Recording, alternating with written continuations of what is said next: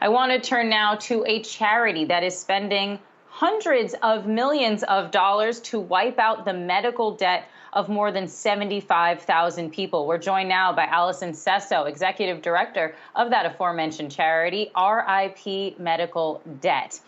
So, Allison, let's just start with how much of a problem medical debt is in the United States right now, and what kind of an anchor weight does it provide to those people that are indebted and to their families? Yeah, medical debt is the number one cause of bankruptcy in the United States, which is something that's obviously uniquely an American problem. So we're out there trying to give people relief from this economic burden. And we've got donors that are excited across the country to do more of this debt relief. And you can see that number, 278 million. We're very proud of that, but we have a lot more debt relief ahead of us. So, Allison, tell us exactly how this works with RIP. Are you buying up the debt from these hospitals on the secondary market for pennies on the dollar? How are you able to afford to do this? Yeah, so that was our model, and we still do leverage that approach in which we buy the debt after it's been already sold to a for-profit commercial debt buyer. But this is big news right here. Today, we're talking about a deal that we closed, our first hospital deal direct. So we bought the debt directly from the hospital, Ballad Health, which is based in Tennessee and Virginia. It's a huge hospital system, and we were able to help 82,000 people in that region that had debts that were over their heads. What we do is we're able to buy debt for pennies on the dollar because of the way that the debt market unfortunately works. It's a way that they know that people can't pay, so the value of those debts, if they were to be sold to a for-profit debt buyer, are very little. So, $1 can buy $100 worth of debt that somebody owes. So if you don't actually have to spend all that much money to buy a whole lot of debt for people that the hospitals and know that can't pay those bills. And that's exactly how it works. It's a great return on investment, but it also, I think importantly, is a huge indicator that our healthcare financing system is very broken. So to that point, Allison, because I was reading that a lot of the debt that people owe, they actually shouldn't owe in the first place, that they actually qualified for lower medical bills or actually not paying anything at all because of their financial circumstances. How is it then that so many Americans owe so much money when they don't have to, when there's programs in place that could take care of some of those bills? Well, I would say that there's a lot of ways in which medical debt gets created. One of them is that people are underinsured. I mean, it's great news today that the ACA was upheld because that is one way of ensuring that people have the coverage that they need and don't end up with medical debt. However, increasingly, we're seeing people who are insured and still have medical debt because they can't meet their deductibles. And the deductibles are just way too high. And so the medical debt we're relieving are people that are actually insured and did everything right. But, economically, they're not able to meet the deductibles that their plans call for. So that's one way that people end up with medical debt. There are a lot of programs out there that help people. And the charity care is something that nonprofit hospitals do have to provide in order to have that nonprofit status. And unfortunately, there's a lot of hospitals that make it difficult or traditionally haven't done a good enough job reaching out to people to let them know about charity care, and people fall through the cracks.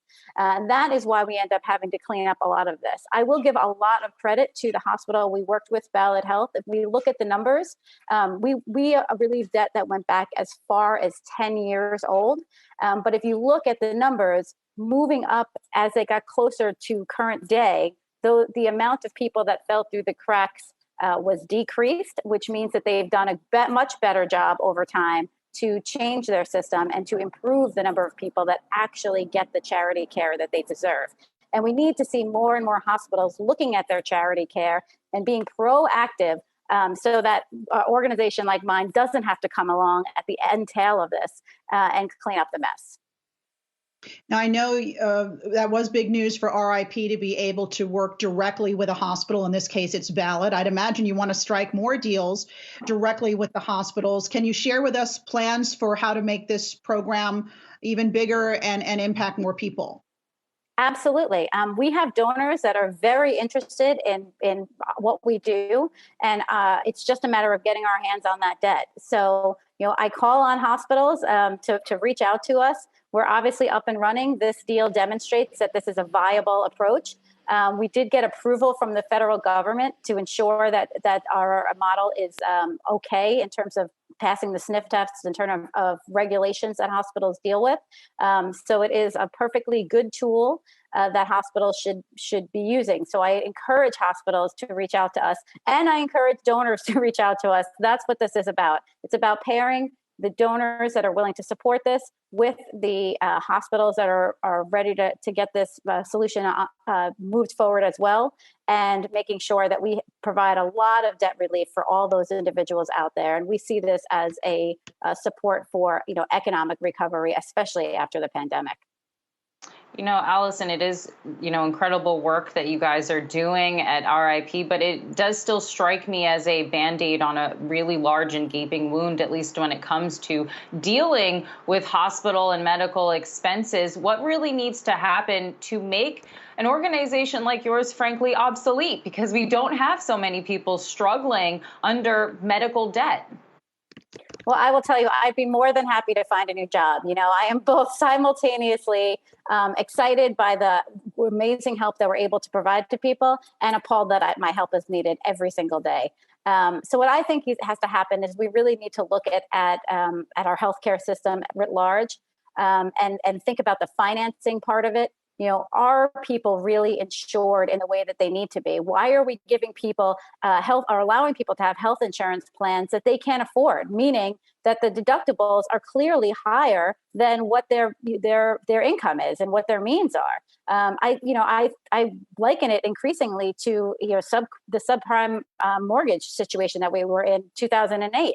I mean, we're letting people have insurance plans that they can't afford and that don't meet their income level. So I think we need to take a hard look at that and build on the ACA, and to ensure that people walking into the hospital are truly covered, and make sure that people across the board do have coverage to begin with.